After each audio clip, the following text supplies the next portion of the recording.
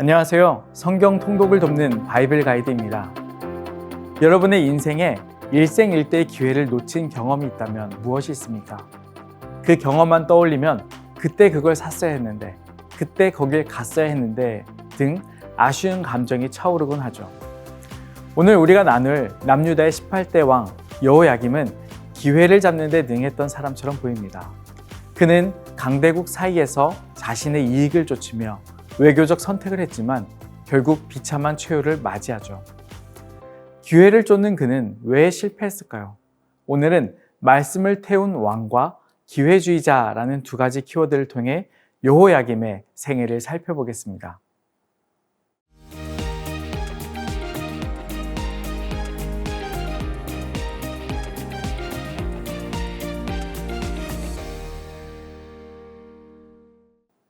하나님의 말씀을 거부했던 왕은 많았습니다. 그러나 여호야김처럼 말씀을 직접 찢고 불태운 왕은 없습니다.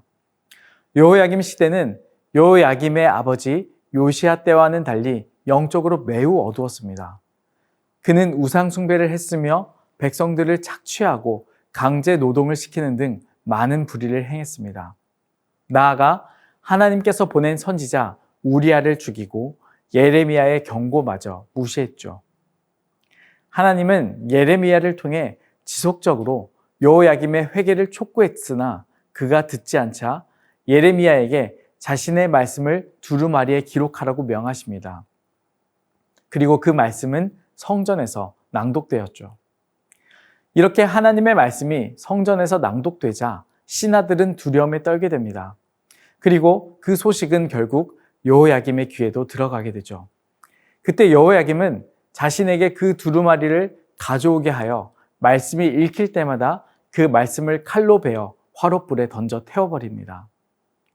그는 하나님의 엄중한 경고의 말씀을 듣고 회개하는 대신 오히려 말씀을 없애려 했습니다. 그러나 하나님의 말씀은 사람이 태운다고 사라지는 것이 아닙니다. 하나님은 예레미야를 통해 같은 말씀을 다시 기록하게 하셨고 결국 여호야김의 심판을 선언하십니다. 또한 여호야김은 철저한 기회주의자였습니다. 그는 자신의 왕위를 지키기 위해 상황에 따라 외교적 태도를 바꾸며 하나님이 아닌 강대국을 의지했습니다. 그는 처음엔 애굽에 충성을 다했습니다. 애굽 왕 느고는 요시야의 뒤를 이은 여호아하스를 폐위시키고 여호야김을 왕위에 올리며 본래 이름인 엘리야김에서 여호야김으로 개명시킵니다. 나아가 무거운 조공을 바치게 했죠.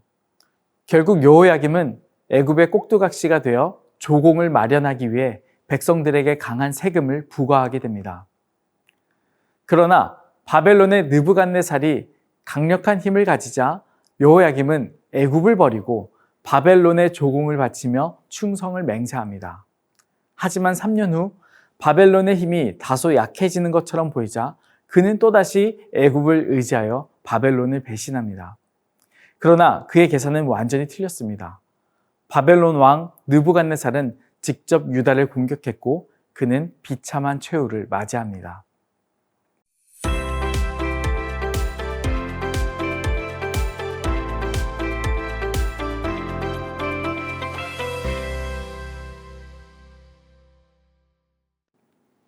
그가 끌려 예루살렘 문 밖에 던져지고 나귀같이 매장함을 당하리라.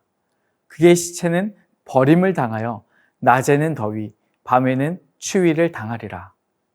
자신의 이익을 위해 말씀을 무시하며 강대국 사이에서 기회만 엿보던 왕은 결국 하나님의 심판을 피하지 못한 채 나귀처럼 성문 밖에 던져져 그 누구에게도 애도받지 못했습니다. 정말 처참하게 인생을 마무리한 것이죠. 여호야김은 기회주의자였지만 인생에서 꼭 붙잡아야 할 진짜 기회가 무엇인지 깨닫지 못했습니다. 바로 하나님께서 주신 회개의 기회였습니다. 하나님은 예레미야를 통해 경고하셨고 그가 듣지 않자 두루마리에 기록하여 말씀을 다시 들려주셨습니다. 이것은 하나님께서 여호야김에게 계속해서 회개하고 회복할 기회를 주셨던 것입니다. 그러나 그는 오히려 말씀을 칼로 찢고 불에 태우며 하나님께서 주신 기회를 끝까지 거부했습니다. 여러분은 지금 무엇을 붙잡고 있습니까? 세상의 권세자들을 찾아 이리저리 붙어보아도 결국 하나님께 붙어있지 않으면 우리의 마지막은 심판일 뿐입니다.